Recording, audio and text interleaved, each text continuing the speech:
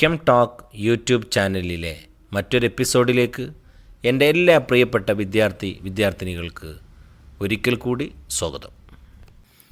12ാം class കെമിസ്ട്രിയിലെ 8ാമത്തെ ചാപ്റ്ററായ D and F block elements ആണ് ഇന്ന് നമ്മൾ ഡിസ്കസ് ചെയ്യുന്നത്. നേരത്തെ 7 ചാപ്റ്ററുകൾ ഈ ചാനലിൽ ഫോക്കസ് പോയിൻറ്റിനെ ബേസ് ചെയ്തുകൊണ്ട് അപ്ലോഡ് ചെയ്യപ്പെട്ടിട്ടുണ്ട്. നിങ്ങൾ ആ വീഡിയോ കണ്ടിട്ടുണ്ടാകുമെന്ന് വിചാരിക്കുന്നു. കണ്ടിട്ടില്ലെങ്കിൽ അതിൻ്റെ ലിങ്ക് ഈ വീഡിയോയുടെ ഡിസ്ക്രിപ്ഷൻ ബോക്സിൽ നൽകിയിട്ടുണ്ട്. അതിൽ പോയി നിങ്ങൾക്ക് ആ ക്ലാസ്സുകൾ കാണാവുന്നതാണ്.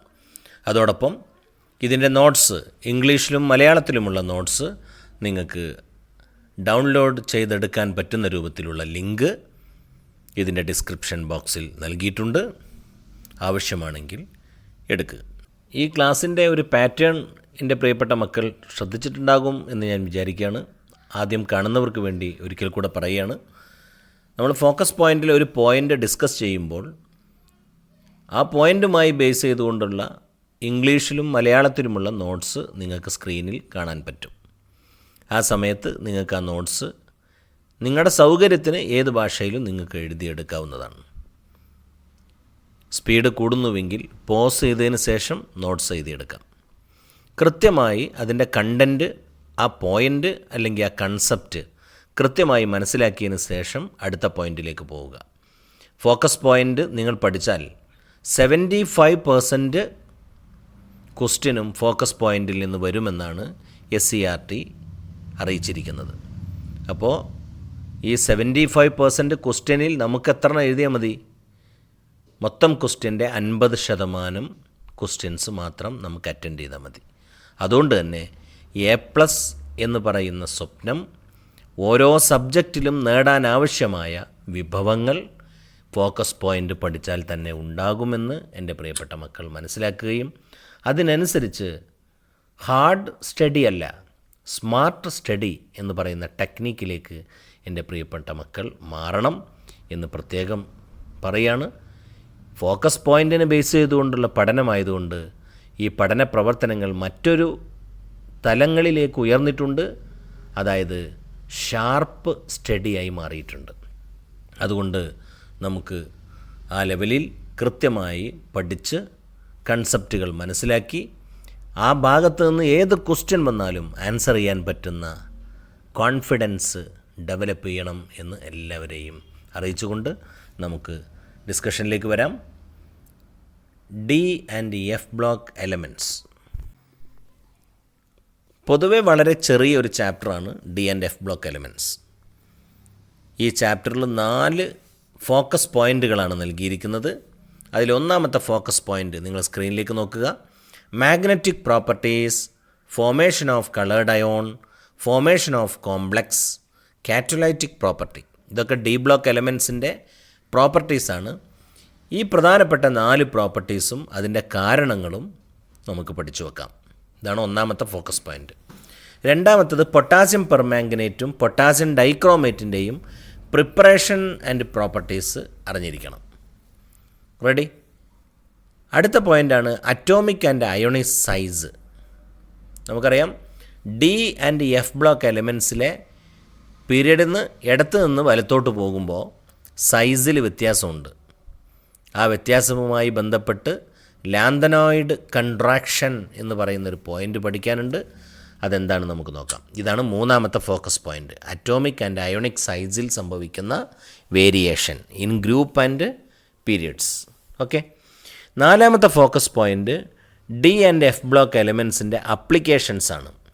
ഡെയിലി ലൈഫിൽ യൂസ് ചെയ്യുന്നുണ്ട്, അതോടൊപ്പം മറ്റ് കെമിക്കൽ ഇൻഡസ്ട്രിയിൽ യൂസ് ചെയ്യുന്നതുണ്ട്.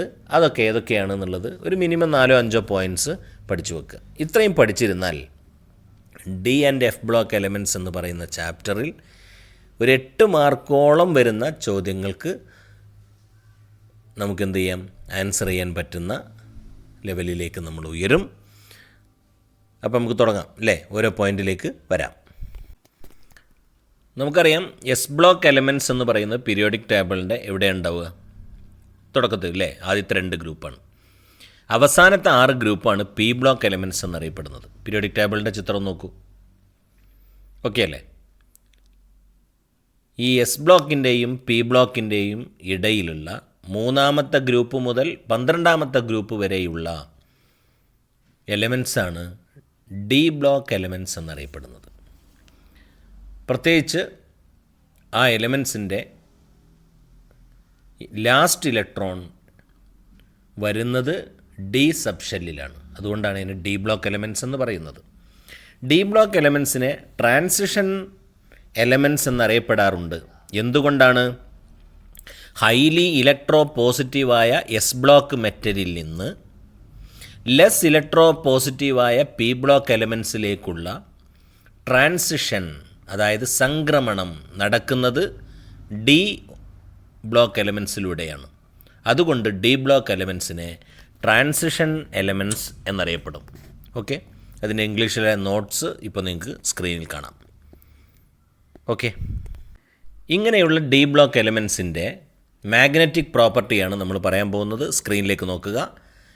ഡി ബ്ലോക്ക് എലമെൻസ് എല്ലാം മോസ്റ്റ് ഓഫ് ദം പാരാമാഗ്നറ്റിക് ആണ്. പാരാമാഗ്നറ്റിക് എന്ന് പറഞ്ഞാൽ മാഗ്നറ്റിക് ഫീൽഡിലേക്ക് വളരെ പതുക്കെ ആകർഷിക്കുന്ന ആളാണ്. എന്താ അത് പാരാമാഗ്നറ്റിസം കാണിക്കാനുള്ള കാരണം? Due to the presence of unpaired electron, ജോഡിയല്ലാത്ത ഇലക്ട്രോണുകളുടെ സാന്നിധ്യമാണ് അതിന് കാരണം.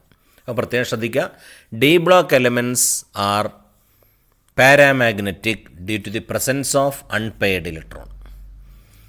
ഇങ്ങനെ പാരാമാഗ്നറ്റിക് പ്രോപ്പർട്ടി കാണിക്കുന്ന ഡി ബ്ലോക്ക് എലമെൻറ്റിന് സ്വാഭാവികമായും മാഗ്നറ്റിക് മൊമെൻ്റ് ഉണ്ടാവും. അത് കാണാനുള്ള ഇക്വേഷനാണ് √n×n+2, where n is number of unpaired electrons. Ready? Mu എന്ന് പറയുന്നത് മാഗ്നറ്റിക് മൊമെൻ്റ് ആണ്. അതിൻ്റെ unit Bohr magneton, that is BM. Ready? Magnetic moment increases with increase of number of unpaired electron. Unpaired ഇലക്ട്രോണിൻ്റെ number കൂടുന്നതിനനുസരിച്ച് magnetic moment increase ചെയ്യും. അതുകൊണ്ട് തന്നെ periodic ടേബിളിലെ ഡി ബ്ലോക്ക് എലമെൻറ്റിൻ്റെ ഇടത്ത് നിന്ന് വലത്തോട്ട് പോകുമ്പോൾ മിഡിൽ ഏരിയ വരെ number of unpaired electron increase ചെയ്യുകയാണ്. അതുകൊണ്ട് തന്നെ up to middle magnetic moment increases and then decrease. Okay, അടുത്ത പോയിന്റിലേക്ക് പോയാലോ.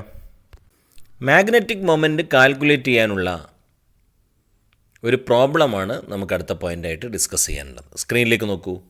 Calculate the spin only magnetic moment of M2+ ion. ആ എം എന്ന് പറയുന്നത് ആരാണെന്ന് കാണിക്കാൻ ബ്രാക്കറ്റിൽ Z = 27 എന്ന് കൊടുത്തിട്ടുണ്ട്. Z എന്ന് പറഞ്ഞാൽ അറ്റോമിക് നമ്പർ. അപ്പോൾ സ്വാഭാവികമായിട്ടും ഉറപ്പായി അറ്റോമിക് നമ്പർ 27 ആയ ആൾ കൊബാൾട്ടാണ്. നമുക്ക് കൊബാൾട്ടാണോ എന്നുള്ളത് അതൊന്നും ശ്രദ്ധിക്കേണ്ട ആവശ്യമില്ല. പക്ഷേ കൊബാൾട്ട് എന്ന് പറയുന്ന 27 അറ്റോമിക് നമ്പറുള്ള ആളുടെ ഇലക്ട്രോണിക് കോൺഫിഗറേഷൻ 3d7 ആയിരിക്കും. 3d7. 21 ആണെങ്കിൽ 3d1, 22 ആണെങ്കിൽ 3d2, 23 ആണെങ്കിൽ 3d3. ഓക്കെ, അപ്പോൾ 27 ആണെങ്കിൽ 3d7. കണ്ടല്ലോ അവിടെ, കണ്ടില്ലേ? അപ്പോൾ D7 എന്നാണെങ്കിൽ പ്രത്യേകം ശ്രദ്ധിക്കുക, how many D orbital? 5 orbital ഉണ്ടാവും ഡിക്ക്. അതാണ് അവിടെ താഴെ കാണുന്നത്. നോക്കൂ, അവിടെ ഓർന്നിട്ടിട്ട് കാണിച്ച് കണ്ടോ? 5 ബോക്സുകളായിട്ട് കണ്ടോ? ഈ 5 ബോക്സ് ഡിയുടെ 5 ഓർബിറ്റലാണ്. ആ ഓർബിറ്റലിൽ ഇലക്ട്രോണിനെ കൊടുക്കുകയാണ്. ഹൺസ് റൂൾ പ്രകാരം ഓരോ ഇലക്ട്രോണിന് ആദ്യം കൊടുക്കണം. അപ്പോൾ ആദ്യത്തെ ബോക്സിലൊന്ന്, 2-1, 3-1, 4-1, 5-1. അപ്പോൾ ഓരോ ബോക്സിലും ഓരോന്ന് കൊടുത്തപ്പോൾ 5 ഇനി എത്ര എണ്ണം ബാക്കിയുണ്ട്? 2 ബാക്കിയുണ്ട്. ആ 2 നമ്മളിതാ ആദ്യത്തെ ബോക്സിൽ കൊടുത്തു. അപ്പോൾ അവിടെ ഇരട്ടിയായി. രണ്ടാമത്തേൽ കൊടുത്തു. ഇനി കൊടുക്കാനുണ്ടോ? തീർന്നു. D7 ആയി. ഇനി എത്ര അൺപെയ്ഡ് ഇലക്ട്രോൺ ഉണ്ട് അവിടെ? നോക്ക്, അൺപെയ്ഡ് ഇലക്ട്രോൺ 3 ഉണ്ട്. Therefore n = 3. ഇനി കാൽക്കുലേറ്റ് ചെയ്തൂടെ? എന്താ മാഗ്നറ്റിക് മൊമെൻ്റ് കാണാനുള്ള ഇക്വേഷൻ? √n×n+2. n 3 ആണ്. അപ്പോൾ √3 × 3+2 that is equal to √15 Bohr magneton. √3.87 Bohr magneton ആണ്. ചെയ്ത് വ്യക്തമായല്ലോ? നന്നായി ശ്രദ്ധിക്കുക. M2+ എന്നാകുമ്പോൾ 2 ഇലക്ട്രോൺ പോയിട്ടുണ്ട്. ആ 2 ഇലക്ട്രോൺ ഏതെന്നാണ് പോയതെന്നറിയോ? 4s2 എന്നാണ്. അതുകൊണ്ടാണ് 4sൽ ഇലക്ട്രോൺ ഇല്ലാതെ കാലിയായ ബോക്സ് അവിടെ കാണുന്നത്. ഓക്കെ, ക്ലിയർ അല്ലേ? അപ്പോൾ ഇതുമായി ബന്ധപ്പെട്ടൊരു ചോദ്യം നമുക്ക് പ്രതീക്ഷിക്കാം. It is very very important. വേറെ ക്വസ്റ്റ്യൻ നോക്കൂ. Calculate spin only magnetic moment of Cr2+ ion.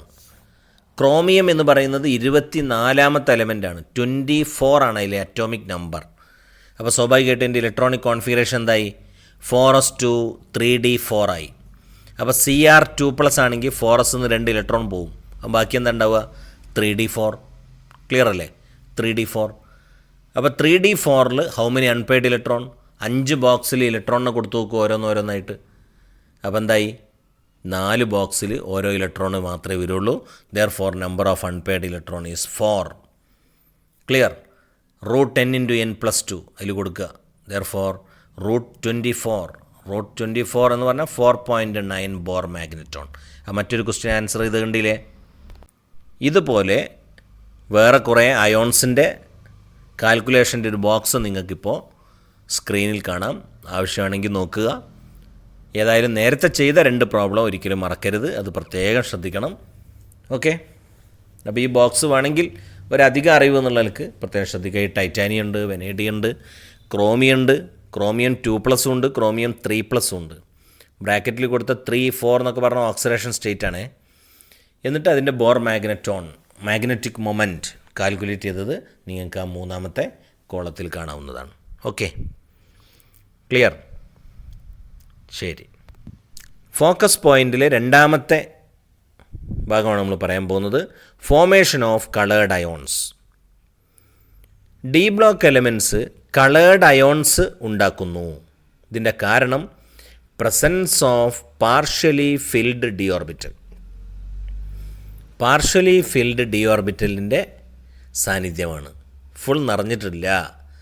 ഫുള്ളായിട്ട് നിറയാത്തത് കൊണ്ട് തന്നെ ഡി ഓർബിറ്റലുകൾക്കിടയിൽ ഇലക്ട്രോൺ ഇങ്ങനെ അങ്ങോട്ടും ഇങ്ങോട്ടും ട്രാൻസിഷൻ നടത്തും.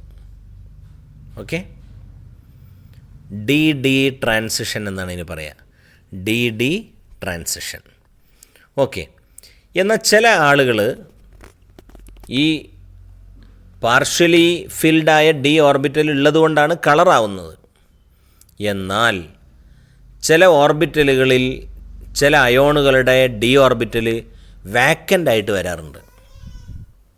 വാക്കൻ്റ്, അതായത് D0 വരാറുണ്ട്. D0 വന്നാൽ കളർലെസ് ആണ്.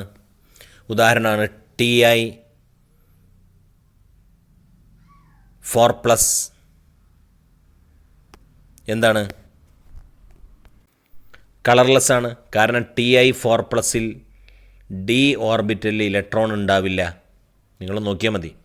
ടൈറ്റാനിയത്തിൻ്റെ ഇലക്ട്രോണിക് കോൺഫിഗറേഷൻ 3d2 4s2 എന്നാണ്. 4s2 3d2. അപ്പോൾ ആ 4 ഇലക്ട്രോണാണ് പോയാൽ ടൈറ്റാനിയം 4+ ആയി. അപ്പോൾ ഡിയിൽ ഇലക്ട്രോൺ ഇല്ലാത്തൊരു സ്ഥിതിയാണ് Ti4+ന്. അതുകൊണ്ട് Ti4+ കളർലെസ് ആണ്. എന്നാൽ Ti2+ഓ അത് കളേർഡാണ്. കാരണം അതിൻ്റെ ഇലക്ട്രോണിക് കോൺഫിഗറേഷൻ D2 എന്നാണ് വരിക, 3d2 എന്നാണ് വരിക. അപ്പോൾ ഡിയിൽ ഇലക്ട്രോൺ ഉണ്ട്. നിങ്ങൾക്ക് വേണമെങ്കിൽ ആ സ്ക്രീനിലേക്ക് നോക്കപ്പോൾ മനസ്സിലാവും. അപ്പോൾ കളർലെസ് ആയ അയോണും ഉണ്ട്, കളേർഡായ അയോണും ഉണ്ട്. കളേർഡായ അയോണിന് ഡി ഓർബിറ്റൽ ഫില്ലാകാനും പാടില്ല, വാക്കൻ്റ് ആകാനും പാടില്ല.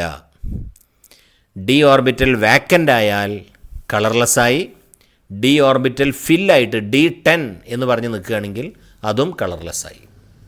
പ്രത്യേകം ശ്രദ്ധിക്കാം. സിങ്ക് കളർലെസ് ആവാൻ കാരണം സിങ്കിൻ്റെ അയോണ് കളർലെസ് ആവാനുള്ള കാരണം അതിൻ്റെ ഡി ഓർബിറ്റൽ ഫിൽഡാണ്. ഓക്കെ, അടുത്ത പോയിൻ്റാണ് സിങ്ക്, കാഡ്മിയം, മെർക്കുറി എന്ന് പറയുന്ന ഡി ബ്ലോക്കിലെ അവസാനത്തെ ഗ്രൂപ്പ് മൂലകങ്ങളെ ട്രാൻസിഷൻ എലമെൻറ്റ്സ് ആയിട്ട് പരിഗണിക്കാറില്ല. കാരണം എന്ത്? കാരണം അവയുടെ ഡി ഓർബിറ്റൽ ഫിൽഡാണ്. ഡി ഓർബിറ്റൽ ഫില്ലായതുകൊണ്ട് സിങ്ക്, കാഡ്മിയം, മെർക്കുറി എന്ന് പറയുന്ന എലമെൻറ്റ്സ് എന്തായിട്ട് പരിഗണിക്കാറില്ല? സംക്രമണ മൂലകങ്ങളിൽ ഉൾപ്പെടുത്താറില്ല. ഓക്കെ, അടുത്ത പോയിന്റിലേക്ക് പോകാം. അറ്റോമിക് സൈസുമായി ബന്ധപ്പെട്ട ചില കാര്യമാണ് നമുക്കിനി പറയാനുള്ളത്. Atomic size of transition elements decreases with increase in atomic number till the middle of the series. അതായത് ട്രാൻസിഷൻ സീരീസ് മൂന്നാമത്തെ ഗ്രൂപ്പ് മുതൽ 12ാമത്തെ ഗ്രൂപ്പ് വരെയുള്ള എലമെൻറ്റ്സ് ആണല്ലോ ഡി ബ്ലോക്ക് എലമെൻറ്റ്സ്. ആ മൂന്നാമത്തെ ഗ്രൂപ്പിൽ നിന്ന് 12ാം ഗ്രൂപ്പിലേക്ക് പോകുമ്പോൾ ആ മൂലകങ്ങളുടെ സൈസ് പകുതി വരെ ഇങ്ങനെ എന്ത് ചെയ്യും, കുറഞ്ഞു വരും. എന്നിട്ടോ പിന്നെ ജസ്റ്റ് ഒന്ന് കൂടും ചെയ്യും. എന്താണ് ഈ കുറയാനുള്ള കാരണം? അതിൻ്റെ കാരണമാണ് ഷീൽഡിംഗ് എഫക്റ്റ്. റെഡി? അടുത്തൊരു പോയിൻ്റാണ് 5D സീരീസും 4D സീരീസും ഏകദേശം ഒരേ സൈസാണ്. എന്താണ് കാരണം? പ്രത്യേകം ശ്രദ്ധിക്കണം. ട്രാൻസിഷൻ സീരീസിലെ 4D എലമെൻസും 5D സീരീസിലെ എലമെൻസും ഒരേ സൈസാണ് ഏകദേശം. എന്തുകൊണ്ട്? അതിന് കാരണമാണ് ലാന്തനോയിഡ് കൺട്രാക്ഷൻ. പ്രത്യേകം ശ്രദ്ധിക്കണം. ലാന്തനോയിഡ് കൺട്രാക്ഷനുമായി ബന്ധപ്പെട്ട് ഞാൻ ഇപ്പോൾ പറഞ്ഞ 4D സീരീസും 5D സീരീസും തമ്മിൽ അപ്രോക്സിമേറ്റ്ലി സെയിം സൈസ് ഉണ്ട് എന്ന് കാണിക്കുന്ന ഗ്രാഫാണ് ഇപ്പം നിങ്ങൾ കാണുന്നത്. നോക്കൂ, ആ ബ്ലൂ കളേർഡും അതുപോലെ റെഡ് കളേർഡുമായിട്ടുള്ള സീരീസാണ്. അവർക്ക് ഒരാൾ 4D വേറൊരാൾ 5D സീരീസ്. അവർക്ക് രണ്ടു പേർക്കും സൈസിൽ എന്താണ്, ഏകദേശം ഒരേ സൈസാണ്. എന്തുകൊണ്ട്? ലാന്തനോയിഡ് കൺട്രാക്ഷനാണ്. നന്നായി ശ്രദ്ധിക്കണം.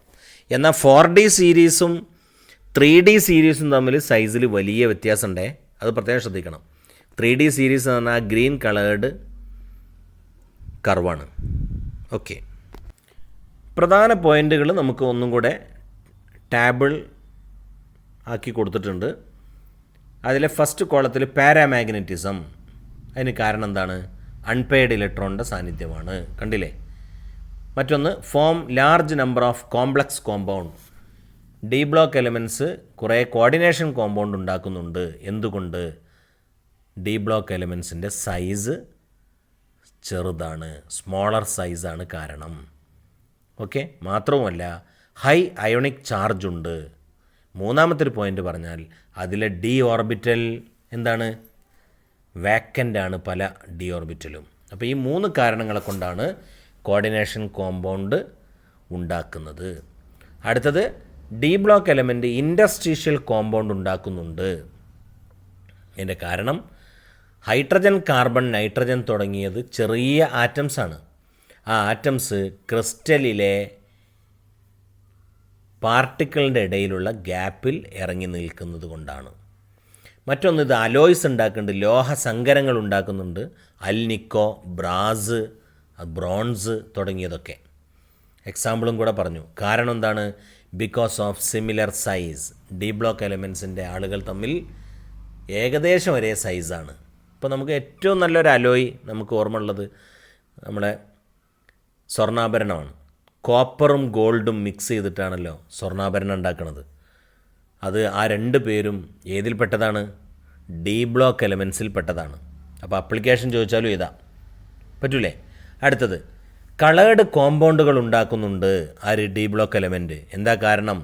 D transition. നേരത്തെ പറഞ്ഞില്ലേ. അടുത്ത catalytic activity. D block element കാറ്റലിസ്റ്റായിട്ട് പ്രവർത്തിക്കുന്നുണ്ട്. എന്താ കാരണം?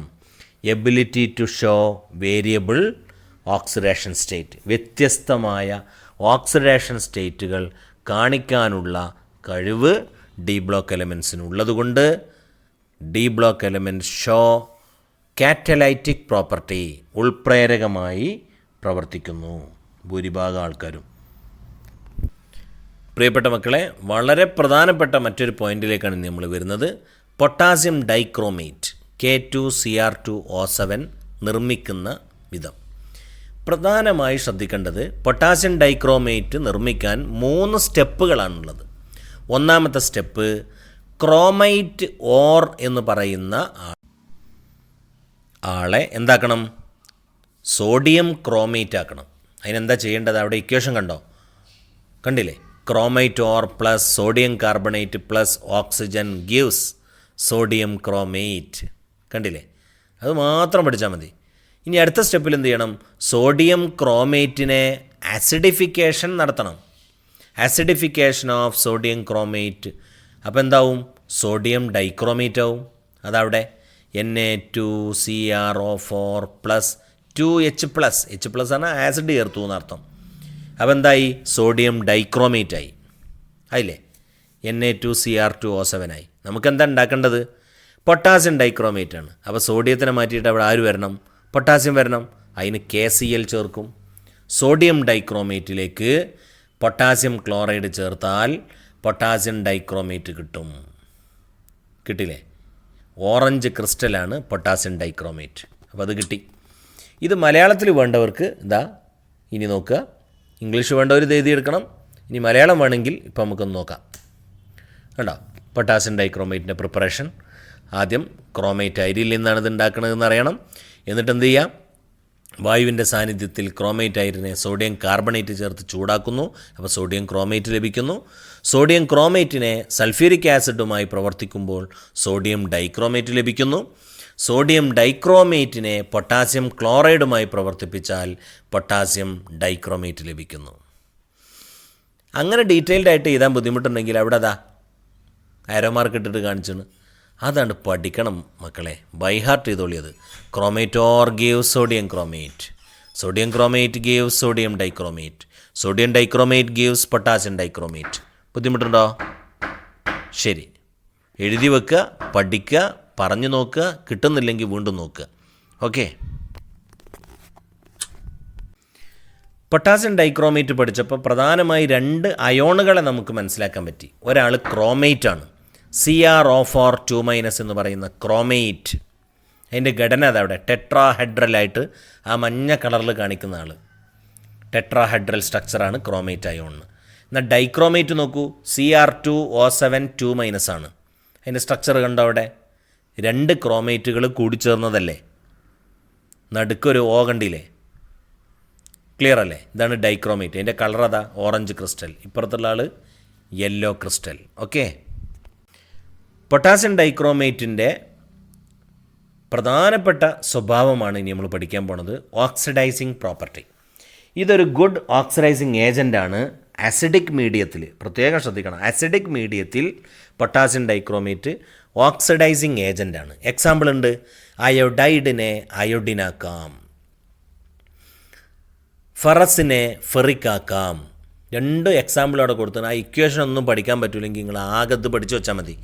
എന്ത്? ആസിഡിഫൈഡായ പൊട്ടാസ്യം ഡൈക്രോമേറ്റ് ഓക്സിഡൈസിങ് ഏജൻ്റാണ്. ഈ ആസിഡ് ചേർത്ത പൊട്ടാസ്യം ഡൈക്രോമേറ്റ് അയോഡൈഡിനെ അയോഡിനാക്കുന്നു, ഫെറസിനെ ഫെറിക്കാക്കുന്നു. ഇത് പഠിച്ചു വെച്ചൂടെ? സിമ്പിളല്ലേ? ഓക്കെ. ഇങ്ങനെയുള്ള പൊട്ടാസ്യം ഡൈക്രോമേറ്റിൻ്റെ യൂസസ് ആണ് ഇനി പറയാൻ പോണത്. Uses. It is used as a primary standard in volumetric analysis. Volumetric അനാലിസിസിൽ യൂസ് ചെയ്യുന്ന ഒരാളാണ് പൊട്ടാസ്യം ഡൈക്രോമേറ്റ്. വിശദമായിട്ട് പോകണില്ല. കോവിഡിൻ്റെ ഒരു സാഹചര്യമൊന്നും ഇല്ലെങ്കിൽ വോളിയോമെട്രിക് അനാലിസിസ് എന്താണെന്ന് എൻ്റെ മക്കൾ കൃത്യമായിട്ട് മനസ്സിലാക്കുമായിരുന്നു. ചില സ്കൂളിലൊക്കെ ലാബിലെ ടെസ്റ്റുകൾ നടക്കുന്നുണ്ട്. ഇല്ല എങ്കിൽ വോളിയോമെട്രി എന്താണെന്ന് ഇപ്പോൾ തൽക്കാലം മനസ്സിലാവില്ല. ഒരു കാര്യം ചെയ്യുക, ജസ്റ്റ് ഒന്ന് മനസ്സിലാക്കി വെച്ചാൽ മതി. പിന്നെ നമുക്ക് വിശദമായിട്ട് പഠിക്കാം. ഓക്കെ. പിന്നെ മറ്റൊരു പ്രധാന കാര്യം, ഒരുപാട് വിദ്യാർത്ഥികൾ എൻ്റെ വാട്സപ്പിൽ വന്ന് നോട്ട്സ് അയച്ചു തരണം മറ്റുമൊക്കെ പറയുന്നുണ്ട്. അപ്പോൾ ഞാൻ അവരോട് പറഞ്ഞിട്ടുണ്ട്, ഇതിൻ്റെ നോട്ട്സും മറ്റുമൊക്കെ നമ്മുടെ ഈ വീഡിയോയുടെ ഡിസ്ക്രിപ്ഷൻ ബോക്സിൽ തന്നെ ഉണ്ട്. ആ വീഡിയോ പൂർണ്ണമായിട്ട് കേൾക്കാത്തതുകൊണ്ടാണ് അതറിയാതെ പോകുന്നത്. അപ്പോൾ അത് എല്ലാവരും ശ്രദ്ധിക്കുക. പരമാവധി വിദ്യാർത്ഥികൾക്ക് ഇതൊക്കെ ഒന്ന് ഷെയർ ചെയ്ത് കൊടുക്കുക. നിങ്ങളുടെ സപ്പോർട്ടും നിങ്ങളുടെ ഫീഡ്ബാക്കും സജഷൻസും ഒക്കെ തുടർന്നുള്ള വീഡിയോകളിൽ അതിനനുസരിച്ചുള്ള മാറ്റങ്ങൾ വരുത്താൻ സഹായിക്കുന്നതാണ്. അങ്ങനെ ചെയ്തു വരുന്നുണ്ട്. ഇനിയും നിങ്ങളുടെ നിർദ്ദേശങ്ങൾ സ്വാഗതം ചെയ്യാം. ഓക്കെ, നമുക്ക് അടുത്ത പോയിന്റിലേക്ക് വരാം. എന്താ പറഞ്ഞു? ഇപ്പോൾ നമ്മൾ പൊട്ടാസ്യം ഡൈക്രോമേറ്റിൻ്റെ യൂസസ് ആണ്. പ്രൈമറി വോളിയോമെട്രിക് അനാലിസിസിൽ യൂസ് ചെയ്യും എന്ന് പറഞ്ഞില്ലേ. അതുപോലെ ലെതർ ഇൻഡസ്ട്രിയിൽ ലെതർ ഉണ്ടാക്കാനേ, ലെതർ ചെരുപ്പൊക്കെ ഇല്ലേ, ബാഗ്, ബെൽറ്റ് തുടങ്ങിയൊക്കെ ഇതുണ്ടാക്കാൻ ഉപയോഗിക്കും. ആനിമൽ ഹൈഡ് എന്ന് പറയുന്ന മൃഗത്തിൻ്റെ തോലിൽ പൊട്ടാസ്യം ഡൈക്രോമേറ്റ് ചേർത്താൽ ലെതറായിട്ട് മാറും. അവിടെ സർഫസ് കെമിസ്ട്രിയുമായി ബന്ധപ്പെട്ടൊരു പോയിൻ്റ് ഉണ്ട്. അതാണ് കൊയാഗുലേഷൻ. മൃഗത്തിൻ്റെ തോലിൽ പൊട്ടാസ്യം ഡൈക്രോമേറ്റിൻ്റെ സൊല്യൂഷൻ ചേർത്താൽ ആ മൃഗത്തോൽ എന്ത് ചെയ്യും? കട്ടിയായിട്ട് മാറും. ഇത് കൊയാഗുലേഷൻ എന്ന് പറഞ്ഞ പ്രോസസ്സാണ്. അത് പ്രത്യേകം ശ്രദ്ധിക്കുക. അതിൻ്റെ കൂടെ സൂചിപ്പിച്ചു എന്ന് മാത്രം ഓർത്തിരിക്കുക. അപ്പോൾ ലെതർ ഇൻഡസ്ട്രിയിൽ ഇത് യൂസ് ചെയ്യുന്നുണ്ട്. ഓക്കെ, അടുത്ത പോയിന്റിലേക്ക് പോയാലോ. Potassium permanganate, KMnO4, potassium permanganate. ഇതെങ്ങനെയാണ് പ്രിപ്പയർ ചെയ്യുക? പ്രിപ്പയർ ചെയ്യാൻ വളരെ എളുപ്പമാണ്. ഇതിന് നമുക്ക് വേണ്ടത് പൈറോലുസൈറ്റ് എന്ന് പറയുന്ന ഓറാണ്. പൈറോലുസൈറ്റ് എന്ന് പറയുന്ന അയിരിൽ നിന്നാണ് പൊട്ടാസ്യം പെർമാംഗനേറ്റ് ഉണ്ടാക്കുന്നത്. അപ്പോൾ ആദ്യം എന്ത് ചെയ്യണമെന്നറിയോ? 2 സ്റ്റെപ്പാണ് ഇതിനുള്ളത്. ആദ്യം പൊട്ടാസ്യം പെർമാംഗനേറ്റിനെ കിട്ടാൻ വേണ്ടതാ പറയുന്നത്. ഓക്കെ, പൈറോലുസൈറ്റ് ഓറിനെ പൊട്ടാസ്യം ഹൈഡ്രോക്സൈഡും ഓക്സിജനുമായി പ്രവർത്തിപ്പിക്കുമ്പോൾ ഇക്വേഷൻ കണ്ടില്ലേ, വലുതാക്കിയാണ് കൊടുത്തണ. അപ്പോൾ പൊട്ടാസ്യം മാംഗനേറ്റ് കിട്ടും, K2MnO4 കിട്ടും. ആ പൊട്ടാസ്യം മാംഗനേറ്റിനെ ഇലക്ട്രോളിസിസ് നടത്തും. ഇലക്ട്രോലൈറ്റിക് ഓക്സിഡേഷൻ കണ്ടില്ലേ അവിടെ. ഇലക്ട്രോലൈറ്റിക് ഓക്സിഡേഷൻ നടത്തുമ്പോൾ നമുക്ക് പൊട്ടാസ്യം പെർമാംഗനേറ്റ് കിട്ടും. ഇത്രയേ ഉള്ളൂ സംഭവം.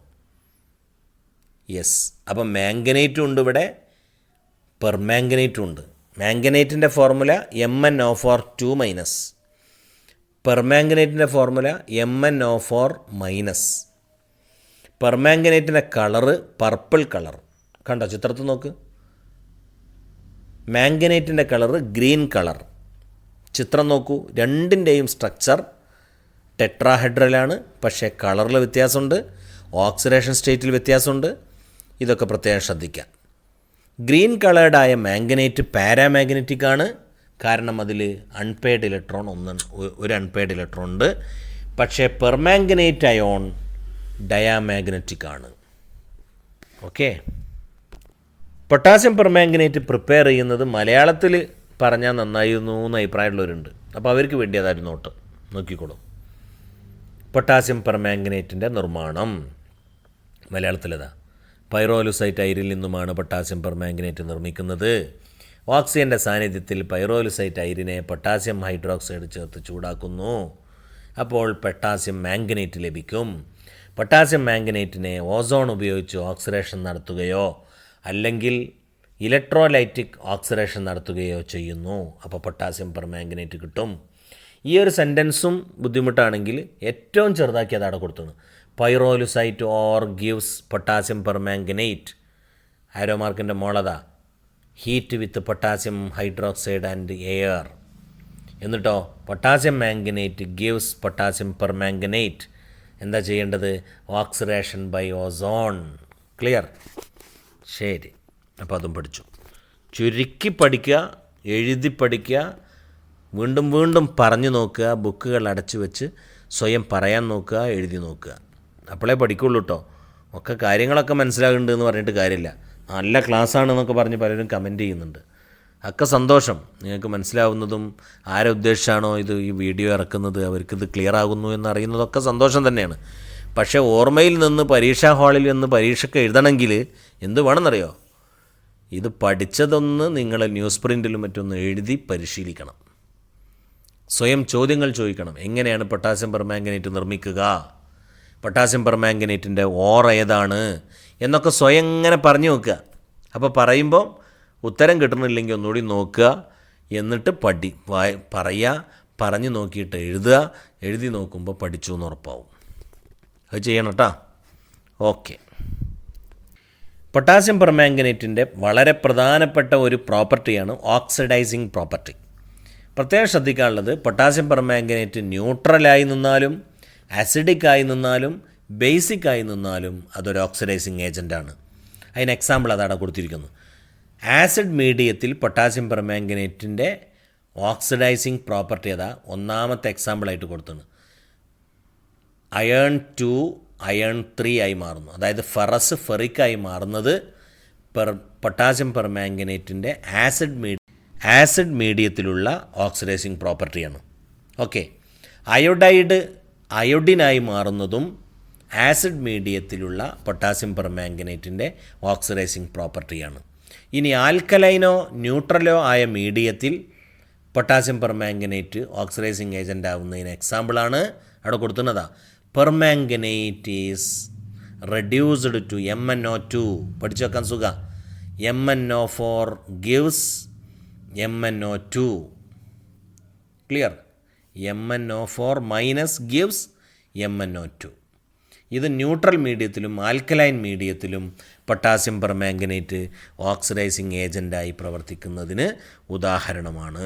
ഓക്കെ, വളരെ ഷോർട്ടായി മലയാളത്തിലതാ ഒന്നുകൂടി കൊടുത്തിട്ടുണ്ട്. പൊട്ടാസ്യം പെർമാംഗനേറ്റിൻ്റെ പ്രോപ്പർട്ടീസ്, അതായത് ഗുണങ്ങൾ. ഒന്ന്, ഫെറസ് സംയുക്തത്തെ ഫെറിക് സംയുക്തമാക്കുന്നു.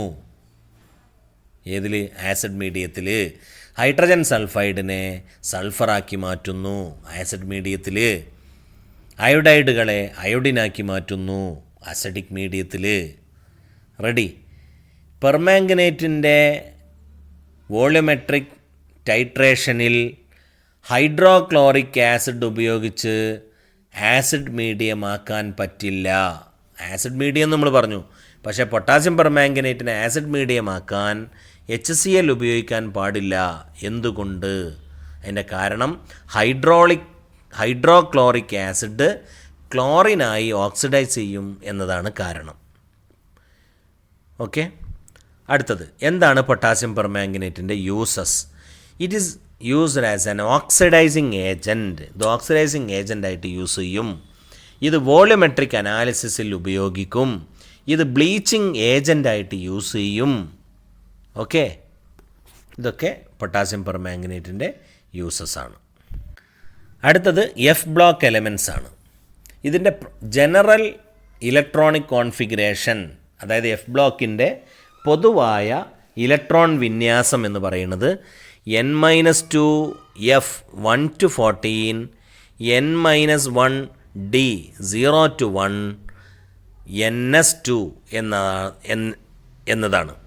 ഓക്കെ, പ്രത്യേകം ശ്രദ്ധിക്കാനുള്ളത് F ബ്ലോക്ക് എലമെൻസിലാണ് ലാന്തനോയിഡും ആക്റ്റിനോയിഡും ഉള്ളത്.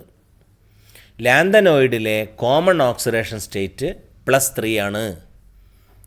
എന്നാൽ ലാന്തനോയിഡിലുള്ള വളരെ പ്രധാനപ്പെട്ടൊരു മൂലകമാണ് സീറിയം. സീറിയം കാണിക്കുന്ന പ്രധാനപ്പെട്ട ഓക്സിഡേഷൻ സ്റ്റേറ്റ് +4 ആണ്. പ്രത്യേകം ശ്രദ്ധിക്കുക, ലാന്തനോയിഡിലെ പൊതുവായ ഓക്സിഡേഷൻ സ്റ്റേറ്റ് +3 ആണ്. പക്ഷേ സീറിയം മാത്രം പൊതുവായി കാണിക്കുന്ന ഓക്സിഡേഷൻ സ്റ്റേറ്റ് +4 ആണ്. എന്തുകൊണ്ട്? സീറിയത്തിന് നോബിൾ ഗ്യാസ് കോൺഫിഗറേഷൻ ഉള്ളതുകൊണ്ട്. ഓക്കെ, അടുത്ത പോയിന്റിലേക്ക് പോയാലോ. Lanthanide contraction. What is lanthanide contraction? ഇത്രയേ ഉള്ളൂ സംഭവം. ലാന്തനോയിഡ് എന്ന് പറയുന്ന 14 മൂലകങ്ങൾ ലന്താനത്തിൽ നിന്ന് തുടങ്ങി ലുട്ടീഷ്യത്തിലാണ് അത് അവസാനിക്കുക. അല്ലെങ്കിൽ സീറിയത്തിൽ നിന്ന് തുടങ്ങി ലുട്ടീഷ്യത്തിലാണ് അവസാനിക്കുക. ഈ ലന്താനത്തിൽ നിന്നും ലുട്ടീഷ്യത്തിലേക്ക് എത്തുന്ന, അല്ലെങ്കിൽ സീറിയത്തിൽ നിന്നും ലുട്ടീഷ്യത്തിലേക്ക് വരുമ്പോൾ ആ എലമെൻറ്റിൻ്റെ അറ്റോമിക്കോ അല്ലെങ്കിൽ അയോണിക്കോ ആയ വലിപ്പം പതുക്കെ പതുക്കെ കുറഞ്ഞു വരുന്നു. ഈ പ്രതിഭാസത്തിനാണ് ലാന്തനൈഡ് കൺട്രാക്ഷൻ എന്ന് പറയാം. ലാന്തനോയിഡിലെ ലന്താനം മുതൽ ലുട്ടീഷ്യം വരെയുള്ള മൂലകങ്ങൾക്ക് സംഭവിക്കുന്ന വലിപ്പത്തിൽ സംഭവിക്കുന്ന കുറവ്, ഈ പ്രതിഭാസത്തിനാണ് ലാന്തനോയിഡ് കൺട്രാക്ഷൻ എന്ന് പറയുന്നത്. എന്താണ് ലാന്തനോയിഡ് കൺട്രാക്ഷൻ്റെ കാരണം? കാരണം എന്താണെന്നറിയോ? ഇൻഎഫക്റ്റീവ് ഷീൽഡിംഗ് ആണ്. ഡി ഓർബിറ്റലും എഫ് ഓർബിറ്റലിനും ഷീൽഡിംഗ് എഫക്റ്റ് കുറവായതുകൊണ്ടാണ് ലാന്തനോയിഡ് കൺട്രാക്ഷൻ എന്ന് പറയുന്ന സംഭവം ഉണ്ടാകുന്നത്. ഓക്കെ, ലാന്തനോയിഡ് കൺട്രാക്ഷൻ കാണിക്കുന്ന ഒരു ഡയഗ്രാം ഇപ്പോൾ നിങ്ങൾക്ക് സ്ക്രീനിൽ കാണാം. നോക്കൂ, അതിൻ്റെ വലിപ്പം ഇങ്ങനെ കുറഞ്ഞു വരുന്നു. ലന്താനം മുതൽ, ലന്താനം കഴിഞ്ഞാൽ അടുത്ത ആൾ സീറിയം മുതൽ ലുട്ടീഷ്യം വരെയുള്ള മൂലകങ്ങൾ ഇങ്ങനെ വരുമ്പോൾ അതിൻ്റെ വലിപ്പം ഇങ്ങനെ കുറഞ്ഞു വരുന്നുണ്ടില്ലേ? ആ കുറച്ചിൽ നല്ല പതുക്കെയും അതോടൊപ്പം സ്റ്റഡി ആയിട്ടാണ്, പെട്ടെന്നുള്ള കുറച്ചിലല്ല. ഒരു കുന്നിങ്ങനെ പതുക്കെ ഇറങ്ങി വരുന്നത് പോലെ ഇങ്ങനെ ഇറങ്ങി വരികയാണ്. അതുകൊണ്ട് ഈ പ്രതിഭാസത്തിനാണ് എന്ത് പറയുക? ലാന്തനോയിഡ് കൺട്രാക്ഷൻ എന്ന് പറയുക. ഓക്കെ, ഇനി വളരെ ഷോർട്ടായ മലയാളത്തിലുള്ള നോട്ട് ഇപ്പോൾ നിങ്ങൾക്ക് സ്ക്രീനിൽ കാണാം. ലന്താനത്തിൽ നിന്ന് തുടങ്ങി ലുട്ടീഷ്യം വരെ എത്തുന്ന മൂലകങ്ങളുടെ ആറ്റത്തിൻ്റെ അല്ലെങ്കിൽ അയോണിൻ്റെ വലിപ്പം കുറഞ്ഞു വരുന്നു. ഇതിന് കാരണം എഫ് ഓർബിറ്റലിൻ്റെ ഷീൽഡിംഗ് എഫക്റ്റ് കുറവായതുകൊണ്ടാണ്. ഈ പ്രതിഭാസത്തെ ലാന്തനോയിഡ് കൺട്രാക്ഷൻ എന്ന് പറയുന്നു. ഇനി നമുക്ക് നോക്കാനുള്ളത് ലാന്തനോയിഡ് കൺട്രാക്ഷൻ കൊണ്ടുള്ള കോൺസിക്വൻസ് എന്തൊക്കെയാണ്, അതുകൊണ്ടുള്ള പ്രത്യാഘാതങ്ങൾ എന്തൊക്കെയാണ്. ഒന്നാമത്തെ പ്രത്യാഘാതം second and third transition series, അതായത് 4D സീരീസും 5D സീരീസിലെയും മൂലകങ്ങളുടെ വലിപ്പത്തിൽ സാമ്യതയുണ്ട്. 4D സീരീസും 5D സീരീസിലെയും മൂലകങ്ങൾക്ക് വലിപ്പത്തിൽ ഒരു സാമ്യത ഉണ്ട്. അതിൻ്റെ ഗ്രാഫ് ഇപ്പോൾ നിങ്ങൾക്ക് കാണാം. ആ സാമ്യത ഞാൻ നേരത്തെ പറഞ്ഞതല്ലേ. 5Dയും 4Dയും, അതായത് ബ്ലൂ കളറുള്ള റെഡ് കളറുള്ള മൂലകങ്ങളുടെ സീരീസിനുണ്ടില്ലേ അടുത്തടുത്താണ് നിൽക്കണം, അതിൻ്റെ വലിപ്പം അടുത്തടുത്താണ് നിൽക്കണം. ഇതിൻ്റെ കാരണം ലാന്തനോയിഡ് കൺട്രാക്ഷനാണ്. ഉദാഹരണമായി നോക്കിക്കോളൂ. 4Dയിലുള്ള സിർക്കോണിയവും 5Dയിലുള്ള ഹാഫ്നിയത്തിനും സൈസ് കണ്ടോ, 160ഉം 189ഉം ആയിട്ടാണ് നിൽക്കുന്നത്. ഇതന്നെ സംഭവം. അടുത്തത് ലാന്തനോയിഡ്സുകൾക്കൊക്കെ ഒരേ കെമിക്കൽ ഫിസിക്കൽ സ്വഭാവമായതുകൊണ്ട് അവരെ വേർതിരിക്കാൻ it is very difficult. Their isolation is difficult. ഇതും ലാന്തനോയിഡ് കൺട്രാക്ഷൻ കൊണ്ട് ഉണ്ടായതാണ്. മൂന്നാമത്തെ കാര്യം ലാന്താനം ഹൈഡ്രോക്സൈഡ്, ലാന്തനൈഡിൻ്റെ ഹൈഡ്രോക്സൈഡുകളുടെ ബേസിക് സ്വഭാവം കുറഞ്ഞു വരുന്നു. ലന്താനം ഹൈഡ്രോക്സൈഡിൽ നിന്ന് ലുട്ടീഷ്യം ഹൈഡ്രോക്സൈഡിലേക്ക് പോകുമ്പോൾ അതിൻ്റെ ബേസിക് സ്വഭാവം കുറഞ്ഞു വരുന്നു. ഇതും ലാന്തനോയിഡ് കൺട്രാക്ഷൻ്റെ കോൺസിക്വൻസ് ആണ്. ഇനി ലാന്തനോയിഡ്സിൻ്റെ യൂസസ് എന്തൊക്കെയാണ്? ഒന്ന്, ലാന്തനോയിഡ്സിൻ്റെ ഒരു അലോയിയാണ് മിഷ് മെറ്റൽ. മിഷ് മെറ്റൽ എങ്ങനെയാണ് മിഷ് മെറ്റൽ ഉണ്ടാക്കുക എന്നുള്ള അവിടെ കൊടുത്തിട്ടുണ്ട്. ലാന്തനോയിഡ് മെറ്റൽ 95%, ഇരുമ്പ് 5%, അയൺ 5% ചേർത്തുകൊണ്ടുണ്ടാക്കുന്ന അലോയിയാണ് മിഷ് മെറ്റൽ. റെഡി? പ്രധാനമായി ഇത് ഉപയോഗിക്കുന്നത് ബുള്ളറ്റ്, ഷെല്ല്, ലൈറ്റർ ഫ്ലിൻറ്റ് തുടങ്ങിയ സാധനങ്ങൾ ഉണ്ടാക്കാനാണ്. ഓക്കെ, ഇനി മലയാളത്തിൽ ആവശ്യമുണ്ടെങ്കിൽ സ്ക്രീനിലേക്ക് നോക്കുക. ലാന്തനോയിഡ് കൺട്രാക്ഷൻ്റെ കോൺസിക്വൻസ് മലയാളത്തിൽ അതാ കൊടുത്തിരിക്കുന്നു. ഇനി ഞാൻ വീണ്ടും ആവർത്തിക്കുന്നില്ല. 3 പോയിൻ്റ് അതാ. അതുപോലെ യൂസസ് അതാ. ഗ്യാസ് ലൈറ്ററുകളിൽ ഉപയോഗിക്കുന്ന മിഷ് മെറ്റൽ നിർമ്മിക്കാൻ. ലൈറ്ററില്ലേ, നമ്മളൊക്കെ വീട്ടിൽ ഉപയോഗിക്കണം ഗ്യാസ് ലൈറ്റർ. ആ ലൈറ്ററിൻ്റെ സ്പാർക്കിംഗ് ഉണ്ടാവാൻ കാരണം ഈ മിഷ് മെറ്റലാണ്. അതുപോലെ പെട്രോളിയം ക്രാക്കിങ്ങിൽ ഉൾപ്രേരകമായി ലാന്തനോയിഡ്സ് ഉപയോഗിക്കാറുണ്ട്. പുതിയ ഒരു യൂസസ് ആണ്, പ്രത്യേകം ശ്രദ്ധിക്കുക. ഫോക്കസ് പോയിൻറ്റിലെ ഏറ്റവും അവസാനത്തെ പോയിൻറ്റിലേക്ക് വരികയാണ്. അതായത് ഡി ബ്ലോക്ക് എലമെൻസിൽ നിന്നുള്ള ഫോക്കസ് പോയിൻറ്റിലെ last point. Application of D and F block elements. ഒന്നാമത്തെ കാര്യം, iron and steel are the most important construction material. ആർക്കും സംശയമില്ലല്ലോ, ഇരുമ്പും സ്റ്റീലും. അപ്പോൾ ഡി ബ്ലോക്ക് എലമെൻ്റ് ആണല്ലോ ഇരുമ്പ്, അതിൽ നിന്ന് ഉണ്ടാക്കുന്നതാണല്ലോ സ്റ്റീല്. അപ്പോൾ ഇതൊക്കെ വളരെ പ്രധാനപ്പെട്ട ആപ്ലിക്കേഷനാണ്. അടുത്ത TiO is used in the pigment in industry. വ്യവസായത്തിലെ ഒരു കളർ പിഗ്മെൻ്റായിട്ട് ടൈറ്റാനിയം ഓക്സൈഡ് യൂസ് ചെയ്യുന്നുണ്ട്. ടൈറ്റാനിയം പ്രോഡക്റ്റ് എന്ന് പറഞ്ഞിട്ടൊരു ഫാക്ടറി നമ്മുടെ കേരളത്തിലുണ്ട്, അറിയാലോ. Next, zinc, nickel, cadmium and MnO2 are used in battery cell. Zinc ഇലക്ട്രോഡായിട്ട് യൂസ് ചെയ്യാറുണ്ട്. നിക്കൽ കാഡ്മിയം സെല്ലിൽ നിക്കലും കാഡ്മിയവും യൂസ് ചെയ്യാറുണ്ട്. MnO2 ഡ്രൈ സെല്ലിൽ യൂസ് ചെയ്യാറുണ്ട്. ഇതൊക്കെ ബാറ്ററിയിലുള്ളതാണ്. ഓക്കെ, അപ്പോൾ അതിന് ആപ്ലിക്കേഷൻ ഉണ്ടെന്ന് മനസ്സിലായി. മാത്രമല്ല ഒരുപാട് കാറ്റലിസ്റ്റുകൾ ഡി ബ്ലോക്ക് എലമെൻറ്റിൽ നിന്നുണ്ട്. ഉദാഹരണം നോക്കൂ, V2O5 വെനേഡിയം പെൻറ്റോക്സൈഡ് ഏതിലുപയോഗിക്കുന്നുണ്ട്? കോണ്ടാക്റ്റ് പ്രോസസ്സിൽ കാറ്റലിസ്റ്റായിട്ട് യൂസ് ചെയ്യുന്നുണ്ട്. അടുത്ത് TiCl4ഉം AlCH3 ത്രൈസും രണ്ടും കൂടെ കൂടിയത് സീഗ്ലർ നട്ട കാറ്റലിസ്റ്റായിട്ട് യൂസ് ചെയ്യാറുണ്ട്. പോളിത്തീൻ ഉണ്ടാക്കുന്ന റിയാക്ഷനാണ് അത്. ഓക്കെ, പോളിത്തീൻ ഉണ്ടാക്കുന്ന റിയാക്ഷനിലെ കാറ്റലിസ്റ്റാണ് സീഗ്ലർ നട്ട കാറ്റലിസ്റ്റ്. ഈ സീഗ്ലർ നട്ട കാറ്റലിസ്റ്റ് എന്ന് പറയുന്ന ആൾ ആരാന്നറിയോ? TiCl4ഉം AlCH3 ത്രൈസും കൂടി ചേർന്നതാണ്. അതിൽ ടൈറ്റാനിയത്തിൻ്റെ കോമ്പൗണ്ട് അല്ലേ? ടൈറ്റാനിയം എന്ന് പറഞ്ഞാൽ ഡി ബ്ലോക്ക് എലമെൻ്റ് അല്ലേ? ഓക്കെ, അടുത്തത് അയൺ കാറ്റലിസ്റ്റ് ഹേബർ പ്രോസസ്സിൽ യൂസ് ചെയ്യാറുണ്ട് അമോണിയ ഉണ്ടാക്കാൻ വേണ്ടിയിട്ട്. നിക്കലും പലേഡിയവും പ്ലാറ്റിനവുമൊക്കെ ഹൈഡ്രോജനേഷൻ റിയാക്ഷനിൽ യൂസ് ചെയ്യാറുണ്ട്. ഓക്കെ, അതുപോലെ ഇഥൈനിനെ എഥനാലാക്കി മാറ്റാൻ ഉപയോഗിക്കാറുണ്ട് PdCl2 palladium chloride.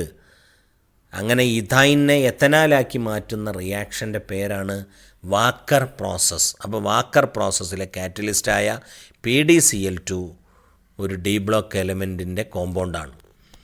Okay, silver കോമ്പൗണ്ടുകൾ, സിൽവറിൻ്റെ സോൾട്ടുകൾ ഫോട്ടോഗ്രാഫിക് ഇൻഡസ്ട്രിയിൽ ഉപയോഗിക്കാറുണ്ട്. അതായത് AgBr, അതുപോലെ സിൽവറിൻ്റെ മറ്റ് സോൾട്ടുകൾ ഒക്കെ എവിടെ യൂസ് ചെയ്യാറുണ്ട്? ഫോട്ടോഗ്രാഫിയിൽ യൂസ് ചെയ്യാറുണ്ട്. അപ്പോൾ അത്യാവശ്യം ആപ്ലിക്കേഷൻ നമ്മൾ പഠിച്ചു കഴിഞ്ഞു.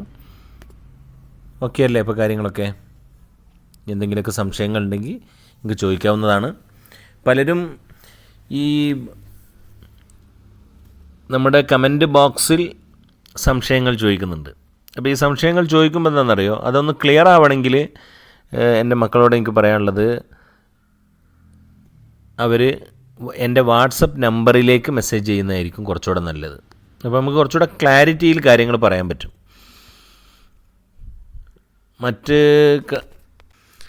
മറ്റ് പൊതുവായിട്ടുള്ള അതിൽ നമ്മൾ കമൻറ്റ് ചെയ്ത് നിങ്ങൾ ചോദിക്കുന്ന ചോദ്യത്തിന് ഉത്തരം പറയുമ്പോൾ അതിന് ഒരു പെർഫെക്ഷൻ കിട്ടില്ല. അപ്പോൾ നമുക്കൊരു വോയിസ് വിടാനോ അല്ലെങ്കിൽ ഒരു വീഡിയോ ഇടാനോ നിങ്ങളുടെ കമൻറ്റിന് ഇടാനതിന് കുറച്ച് ലിമിറ്റേഷൻസ് ഉണ്ടല്ലോ. അതുകൊണ്ടാണ് കുറേ ആളുകളൊക്കെ വാട്സപ്പിൽ വരുന്നുണ്ട്. അപ്പം ബാക്കിയുള്ളവരോട് പറയുകയാണ്, നിങ്ങൾ വീഡിയോയുടെ കമൻറ്റ് ബോക്സിൽ നിങ്ങൾ വീഡിയോയുടെ അഭിപ്രായങ്ങളും നിങ്ങളുടെ ഫീലിങ്ങും ഒക്കെ നിങ്ങൾ ഷെയർ ചെയ്തോ. അതോടൊപ്പം എന്തെങ്കിലും ഡൗട്ട്സ് ഉണ്ടെങ്കിൽ അത് എൻ്റെ വാട്സപ്പ് നമ്പർ ഞാൻ ഇതിൽ കാണിക്കുന്നുണ്ട്. ആ വാട്സപ്പ് നമ്പറിൽ ഒന്ന് മെസ്സേജ് ചെയ്ത് ചോദിച്ചാൽ മതി. ഓക്കെ, നമുക്ക് കുറച്ച് മോഡൽ ക്വസ്റ്റ്യൻസ്, സാമ്പിൾ ക്വസ്റ്റ്യൻസ് ഒന്ന് പരിചയപ്പെടാം. നോക്കൂ സ്ക്രീനിലേക്ക്. What are transition and inner transition elements? Transition elements ആണ് ഡി ബ്ലോക്ക് എലമെൻ്റ് ആണ്. അതിൻ്റെ configuration NS2 N-1 D 1 to 10 എന്നാണ്. ഇന്നർ ട്രാൻസിഷൻ എലമെൻറ്റ്സ് എന്ന് പറഞ്ഞാൽ F ബ്ലോക്ക് എലമെൻറ്റ്സ് ആണ്. അതിലുള്ളത് ലാന്തനോയിഡും ആക്റ്റിനോയിഡുമാണ്. ഓക്കെ, ഹിൻസ് മാത്രമേ തന്നിട്ടുള്ളൂ, ബാക്കിയുള്ളത് നിങ്ങൾ ഒന്നുകൂടെ കൂട്ടിച്ചേർത്ത് പഠിക്കാം. അടുത്ത ക്വസ്റ്റ്യൻ നോക്കൂ. F ബ്ലോക്ക് എലമെൻറ്റിൻ്റെ ജനറൽ ഇലക്ട്രോണിക് കോൺഫിഗറേഷൻ കൂടെ ഒന്ന് കണ്ടോളൂ. NS2 N-1 D 0 to 1 N-2 F 1 to 14. Okay, zinc, cadmium, mercury are not transition elements. Why? എന്താ? അവയുടെ ഡി ഓർബിറ്റൽ ഫിൽഡ് ആണ് എന്നതാണ്. ട്രാൻസിഷൻ എലമെൻറ്റ്സ് ആവണമെങ്കിൽ ഡി ഓർബിറ്റൽ പാർഷ്യലി ഫിൽഡ് ആയിരിക്കണം, ഫുള്ള് നിറയാൻ പാടില്ല. ആ ഫുൾ നിറഞ്ഞ ഡി ഓർബിറ്റലുകളാണ് സിങ്കിനും കാഡ്മിയത്തിനും മെർക്കുറിക്കും ഉള്ളത്. അതുകൊണ്ടത് ട്രാൻസിഷൻ എലമെൻറ്റ്സായി പരിഗണിക്കാറില്ല. മൂന്നാമത്തെ question. Account for the magnetic behaviour of transition metal. Transition മെറ്റൽസിൻ്റെ മാഗ്നറ്റിക് പ്രോപ്പർട്ടിക്ക് കാരണം പറയുക. എന്താണ്? ഇതിൽ അൺപെയ്ഡ് ഇലക്ട്രോൺ ഉണ്ട് എന്നുള്ളതാണ് അല്ലേ? അതിൻ്റെ spin only magnetic moment calculate ചെയ്യാനുള്ള ഇക്വേഷൻ എന്താ? √n/n+2 ആണ്. റെഡി? നാലാമത്തെ question. Transition elements form coloured compound. Why? Due to DD transition. Okay. 5. Why transition elements can form a number of complexes. Coordination കോമ്പൗണ്ടുകൾ ഉണ്ടാക്കാൻ കാരണം എന്താണ്? ട്രാൻസിഷൻ എലമെൻറ്റ്സുകൾ അതിൻ്റെ size ചെറുതാണ്, ഡി ഓർബിറ്റൽ വാക്കൻ്റാണ്, അതുകൊണ്ട് ആ ഡി ഓർബിറ്റലുമായി ബോണ്ട് ഉണ്ടാക്കും. ഇതൊക്കെയാണ് കാരണം. ഓക്കെ. ആറാമത്തെ question. Transition elements are good catalyst. Why? They can show variable oxidation state. അവർക്ക് വേരിയബിൾ ഓക്സിഡേഷൻ സ്റ്റേറ്റ് കാണിക്കാനുള്ള കപ്പാസിറ്റി ഉണ്ട്. അതുകൊണ്ടാണ് കാറ്റലിസ്റ്റായിട്ട് പ്രവർത്തിക്കുന്നത്. How is potassium dichromate prepared? ബുദ്ധിമുട്ടില്ലല്ലോ, പഠിച്ചു വെച്ചാലേ, നേരത്തെ പഠിക്കാൻ വേണ്ടിയിട്ട് സമയം തന്നല്ലേ, പഠിച്ചിട്ടുണ്ടാവുമല്ലോ. വേണമെങ്കിൽ അത് അവിടെ കൊടുത്തിട്ടുണ്ട്. ഓക്കെ, 8ാമത്തെ question. Draw the structure of chromate ion and dichromate ion. നോട്ടിൽ കണ്ടില്ലേ, അതിൻ്റെ ചിത്രമൊക്കെ കൊടുത്ത് കണ്ടില്ലേ, ഓറഞ്ച് ക്രിസ്റ്റലും യെല്ലോ ക്രിസ്റ്റലും ആയിട്ടുള്ള ആളുടെ ചിത്രം നേരത്തെ നമ്മൾ കണ്ടതല്ലേ, പ്രശ്നമില്ലല്ലോ. അടുത്ത question. How is potassium permanganate prepared? അതും പഠിച്ചിട്ടുണ്ട്. പൈറോലുസൈറ്റ് ഓറിൽ നിന്നാണ് പ്രിപ്പയർ ചെയ്യണത്.